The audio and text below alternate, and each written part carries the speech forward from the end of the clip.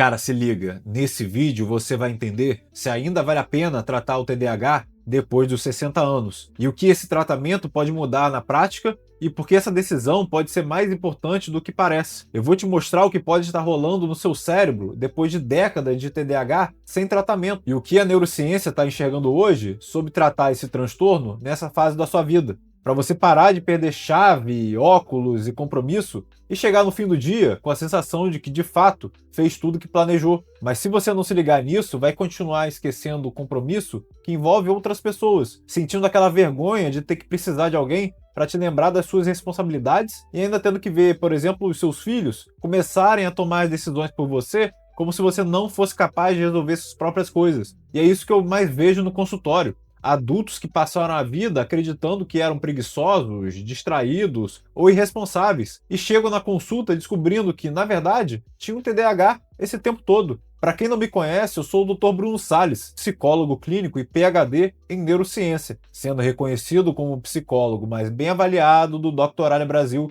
E depois de mais de uma década atendendo adultos com TDAH, eu posso te dizer uma coisa. A pergunta não é se vale a pena tratar depois dos 60. A pergunta é o que acontece com quem passa o resto da vida sem tratar o TDAH. Então fica até o final porque eu vou te contar o que foi encontrado numa pesquisa recente com dados chocantes sobre a relação entre a demência e o TDAH adulto que não foi tratado. E depois que você souber disso, cara, eu tenho certeza que você não vai ter mais dúvidas se vale a pena ou não iniciar o seu tratamento. E cara, a vida toda você provavelmente sentiu que algo não fechava. Não de um jeito óbvio, não de um jeito que cabia numa frase. Só que ali, nas entrelinhas. É naquele cansaço que ninguém mais parecia sentir da mesma forma que você. Naquela sensação de nadar contra a correnteza que ninguém ao seu redor parecia notar. Nas reuniões de trabalho, por mais que você tentasse, a sua mente descolava para outro lugar, e enquanto seu chefe falava de metas e planilhas, você voltava sem saber o que tinha sido decidido, e aí batia aquela culpa. E aí tem os projetos pessoais também. Aquela paixão que você sentia no começo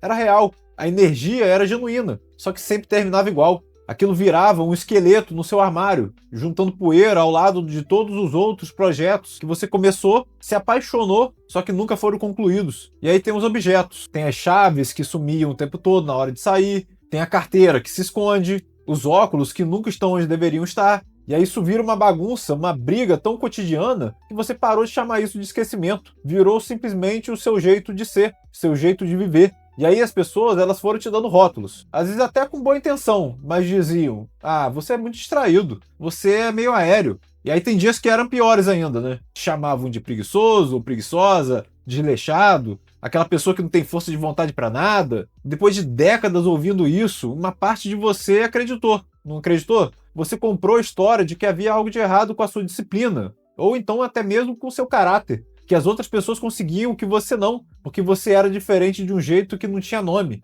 E aí depois de uma vida inteira batendo nessa correnteza, você recebe o diagnóstico, TDAH, transtornos de déficit de atenção e hiperatividade. A primeira reação costuma ser um alívio enorme, uma onda que lava décadas de culpa. O que você chamava de preguiça, de desleixo, de falta de força de vontade, tudo isso ganha um contexto novo. Seu cérebro funciona de um jeito diferente, e esse jeito agora tem nome. Tem estudo e tem explicação. Só que aí esse alívio passa logo. E aí uma pergunta pesada começa a te martelar. Pô, depois de tanto tempo, depois de uma vida inteira se virando nos 30, ainda vale a pena tratar isso aí? O que a maioria das pessoas não sabe é que o TDAH adulto numa pessoa mais velha tem uma cara muito diferente do que se imagina por aí. Esquece essa ideia da criança que não para quieta na cadeira da escola. No adulto mais velho, o transtorno é mais sutil, ele é mais camuflado. Camuflado então por décadas de macetes para poder você dar conta do recado, e muitas das vezes confundido com um traço de personalidade, ou com os próprios sinais da idade. O H da hiperatividade raramente aparece como uma agitação visível em adultos mais velhos. Ele se internaliza, vira uma inquietude mental constante, um motor interno que não desliga. É aquela dificuldade de simplesmente sentar e relaxar, sem sentir que deveria estar fazendo alguma outra coisa. É a sensação de que sua mente está a mil, cheia de abas do navegador aberto ao mesmo tempo. Ou então uma porrada de rádio, só que cada uma tocando uma música diferente, sem você ter pedido para nenhuma tocar. E aí, cara, o sintoma que mais faz estrago ao longo do tempo é a desatenção. Todo mundo acha que é frescura de memória, mas não é. O que rola é um padrão de funcionamento do cérebro que interfere com a capacidade de engajar, focar e executar as coisas, e que pesa mais quanto mais a pessoa envelhece sem tratamento. A procrastinação crônica, por exemplo, vai muito além de adiar a tarefa chata. Para o cérebro com TDAH, dar um start numa tarefa que não é urgente é uma barreira quase física. É questão de dopamina, esse farelinho de recompensa que dá ao cérebro o sinal de que vale a pena começar alguma coisa. Quando a dopamina não libera, organizar as finanças, fazer aquela reforminha, arrumar o armário, pôr a papelada em dia, putz, tudo isso vira uma montanha impossível de escalar. O cérebro faz birra. E aí acaba esperando que esse treco comece a virar uma emergência para poder liberar a química necessária para poder agir. Depois de 60 anos assim, o resultado é uma vida inteira de projetos inacabados e oportunidades perdidas, com aquela sensação constante de estar sempre correndo atrás do prejuízo. É a mesma lógica que explica a desorganização. A dificuldade não é saber que as coisas precisam ser organizadas. Todo mundo sabe disso. O que rola é que as funções executivas do cérebro, as que cuidam do planejamento, da sequência de passos e do gerenciamento do tempo, ficam prejudicadas. Por isso a mesa da sua sala ou do seu escritório começa a semana impecável, só que aí na sexta já virou uma bagunça completa. Por isso que rola a conta paga com atraso, mesmo tendo dinheiro no banco. Por isso o remédio é esquecido toda hora. E o que parece descuido por fora é o seu cérebro funcionando sem o suporte que ele precisa. A impulsividade, tão comum no TDAH, na maturidade raramente se transforma em briga ou explosão. Ela aparece de formas mais sutis, como por exemplo interromper uma conversa dos outros porque o seu cérebro processa uma ideia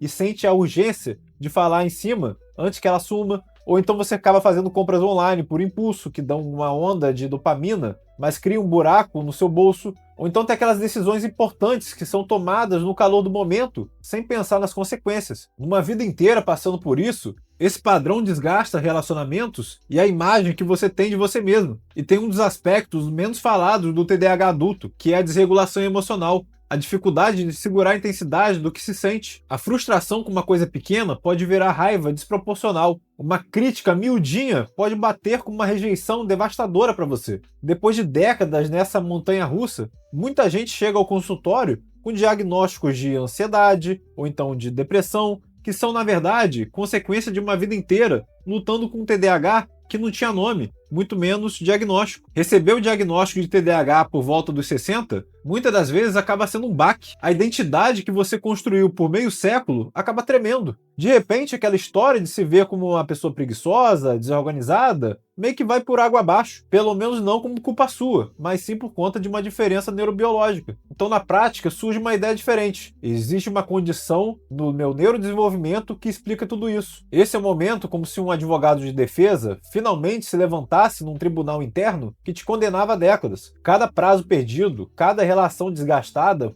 por uma palavra impulsiva, tudo ganha um contexto novo. O que parecia falha de caráter era sintoma de uma condição que ninguém tinha identificado antes. E essa validação por si só já mexe de alguma forma aí dentro, né? Mas logo depois do alívio, chega a dúvida. Será que aquilo não é só a idade? Será que erraram o meu diagnóstico e acharam que agora eu tenho TDAH porque eu tô mais esquecido? Até porque é normal uma pessoa de 60 anos pra cima começar a ter alguns problemas de esquecimento, né? Cara, essa dúvida até faz sentido. Só que um profissional experiente vai te fazer uma pergunta fundamental. Esse esquecimento, essa desorganização, isso é novo? Ou é uma versão turbinada de como você sempre foi? Para você diagnosticar uma pessoa com TDAH, esse padrão tem que estar acontecendo na vida dela por inteiro, não só depois dos 60. Então, a pessoa com TDAH aos 60 anos provavelmente era a mesma que esquecia a cartolina na escola aos 10 anos e perdia prazo da faculdade aos 20. O padrão é consistente. Já o esquecimento, que levanta suspeitas de demência, tende a ser algo mais recente, que acaba piorando com o tempo, diferente de como a pessoa sempre foi.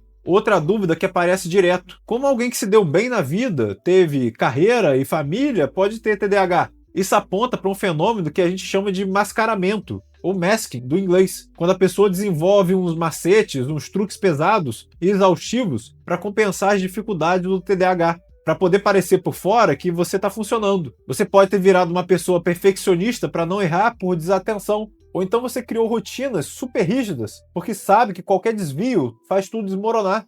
Na moral, essa pessoa, que talvez seja você, ela tá moída, gastando o dobro de energia mental para conseguir o mesmo resultado que todo mundo ao seu redor. E esse custo é um estresse crônico que dura décadas e tem um preço biológico. E vem cá, deixa eu te pedir uma coisa. Se esse vídeo não estiver fazendo sentido para você, numa boa, não deixa um like nele. É sério, se você tá achando que tá sendo perda de tempo, tá tudo bem, segue o baile. Mas se alguma coisa do que eu tô falando aqui soou familiar pra você, cara, então deixa um like aqui, por favor. E se ainda não se inscreveu, aproveita agora. Aqui nesse canal a gente fala de TDAH adulto de verdade, juntando neurociência com aquilo que muda na prática. Clica aí pra se inscrever. Ah, e já que você tá aqui, eu quero te fazer uma pergunta. Esse mascaramento que eu tô falando tem uma cara concreta pra cada pessoa. Tem gente que vira perfeccionista para poder não errar por desatenção, tem aquela pessoa que criou rotinas muito rígidas, como eu tinha falado, e tem aquelas pessoas que chegam exaustas em casa depois de um dia de trabalho ou com a bateria social arregaçada, porque falou e viu gente demais. Me diz aqui nos comentários, você já passou por isso? Qual tipo de máscara você teve que encarar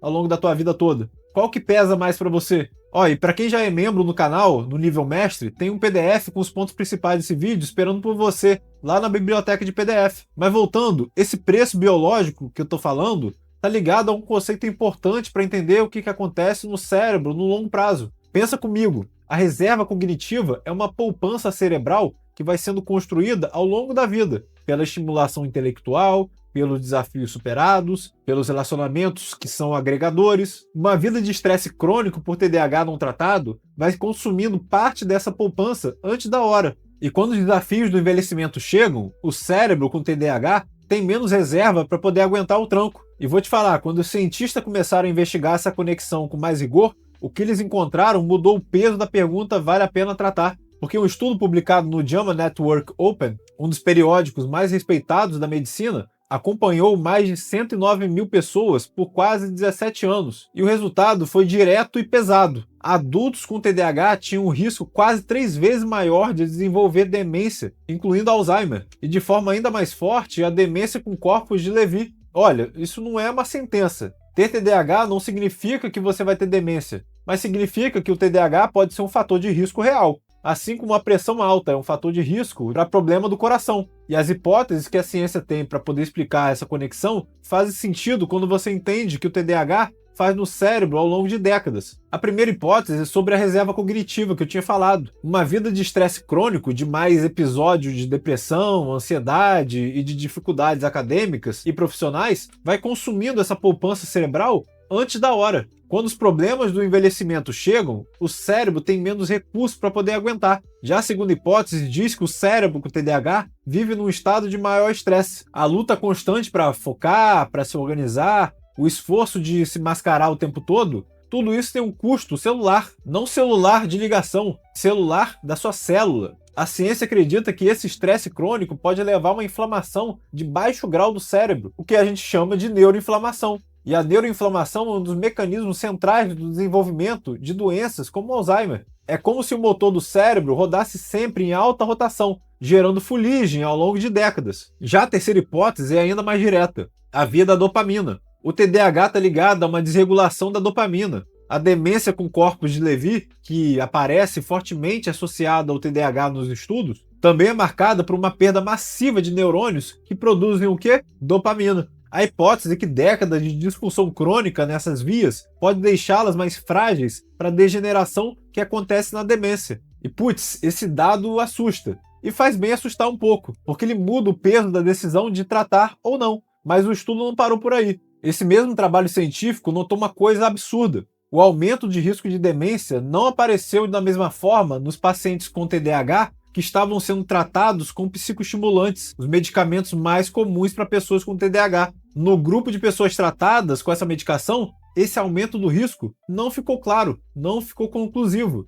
Isso quer dizer na prática que talvez não tenha existido ou muito mais reduzido do que pessoas que não foram tratadas ao longo desse tempo com TDAH. Isso é uma descoberta de peso. Ela sugere que ainda precisa de mais estudos para confirmar que tratar o TDAH na vida adulta pode ser muito mais do que melhorar foco para poder pagar as contas. Pode ser uma das jogadas mais inteligentes que uma pessoa pode fazer para poder proteger o próprio cérebro nos anos que ainda vêm. E como é que é na prática esse tratamento para quem tem mais de 60 anos? Cara, a primeira coisa é desmistificar esse medo da medicação. Quando a gente fala de psicoestimulantes para alguém nessa faixa etária, a preocupação faz total sentido, mas com um acompanhamento cuidadoso, dose baixa no início para poder monitorar a pressão e o sistema do coração, a medicação é uma opção segura. e muito eficaz para a maioria das pessoas. O metilfenidato e a lisdexanfetamina são os psicoestimulantes mais usados. Eles funcionam aumentando a dopamina e a noradrenalina no córtex pré-frontal, que é a área do seu cérebro que cuida das funções executivas. Quem acha que vai ficar eufórico ou ligadão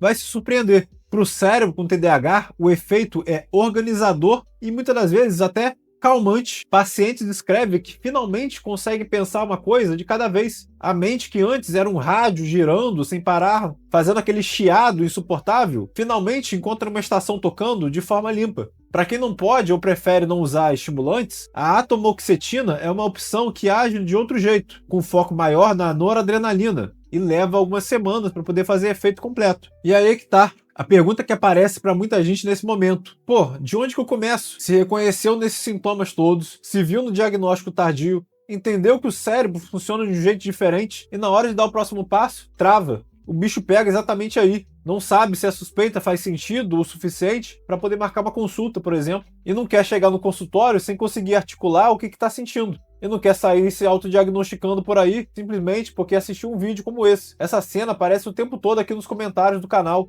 A pessoa se identifica com vários sintomas, começa a juntar as peças, mas não sabe se faz sentido ainda investigar isso de forma mais concreta. E foi por isso que eu desenvolvi o MAPA, que é um teste de rastreio de TDAH em adultos que você faz aí, da sua casa, em menos de 20 minutos. O MAPA usa a escala de rastreio da Organização Mundial de Saúde para sintomas de TDAH em adultos e apresenta uma pontuação de compatibilidade dos seus sintomas. Ele também examina alguns fatores que podem estar atrapalhando o seu funcionamento ou confundindo essa leitura, como ansiedade, depressão, problemas de sono, uso excessivo de telas, e ainda faz um rastreio breve de TEA, o transtorno do espectro autista, porque cerca de 30 a 50% das pessoas com TDAH também têm autismo, e muitas das vezes não sabem. Você recebe 2 relatórios, um pessoal com uma linguagem mais simples e acessível, com seus resultados explicados de um jeito que você consiga entender, e um outro mais técnico, com seus dados organizados, caso você queira levar para um profissional que porventura possa te atender. O MAPA é um rastreio inicial, o primeiro passo para você poder buscar um diagnóstico oficial depois com um profissional. Ele serve para te ajudar a sair dessa inércia e começar a tirar essa dúvida da sua cabeça. E pode ficar tranquilo, se você fizer e não ficar satisfeito, em até 7 dias a gente devolve 100% do seu dinheiro. Então, se você quiser saber mais, o link está na descrição e no comentário fixado abaixo. Mas deixa eu te falar, o tratamento não para na medicação, tá? Essa hipótese neuroprotetora que eu mencionei, de que o tratamento pode reduzir o risco de demência, está justamente ligado a esse mecanismo. Ao restaurar a química do cérebro, a medicação pode estar reduzindo o estresse metabólico e a neuroinflamação que ficam elevadas por décadas. Mas medicação sozinha não resolve o que décadas de TDAH constrói por dentro. E aí que entra a TCC, a terapia cognitivo-comportamental, que é a abordagem mais estudada para TDAH em adultos. Quem imagina a TCC como terapia de divã acaba se confundindo. Ela é prática, focada em habilidade e trabalha em 2 frentes. A primeira é criar sistemas que funcionam no teu dia a dia. Ela te ensina a usar uma agenda de verdade, trabalhar em blocos de foco com pausas programadas, montar um esquema de organização para sua casa e para suas finanças. A ideia é construir por fora os andaimes que o cérebro tem dificuldade de criar por dentro. A segunda frente que a TCC ataca é sobre décadas de TDAH que fizeram com que sua visão sobre você mesmo ficasse impactada. A crença de ser um fracasso, de nunca ter terminado nada, de ser irresponsável, elas não são verdades sobre o caráter de ninguém. São distorções que formaram porque você passou a vida inteira sendo avaliado por um critério que não era o seu. A TCC ajuda a olhar essa história pela lente do TDAH com mais autocompaixão, que qualquer pessoa que passou por isso merece. E além do pilar da medicação e da terapia, tem um terceiro pilar aí, que é o seu estilo de vida. Exercício aeróbico regular, seja uma caminhada ou natação, manda dopamina e noradrenalina para cima de uma forma natural e complementa a medicação. Um sono de qualidade é uma base. A mente acelerada não deixa pegar no sono, e aí a falta de sono piora a sua desatenção no dia seguinte. E tem também a sua alimentação, que geralmente com proteína, gordura boa e menos açúcar simples, ajuda a estabilizar a energia e o seu humor ao longo do dia. Essa combinação de 3 pilares vai muito além de organizar a sua rotina. E de acordo com a hipótese neuroprotetora que a ciência está investigando, essa combinação pode estar reduzindo o estresse metabólico e a neuroinflamação, que ficaram elevadas por décadas e décadas de um cérebro com TDAH que nunca foi tratado antes. Então, voltando para a pergunta lá no início do vídeo, depois de 60 anos, ainda vale a pena tratar TDAH? Vale, cara. E provavelmente vale muito mais do que você imaginava quando clicou aqui nesse vídeo. A decisão de tratar depois dos 60 não é tentar recuperar os anos que passaram.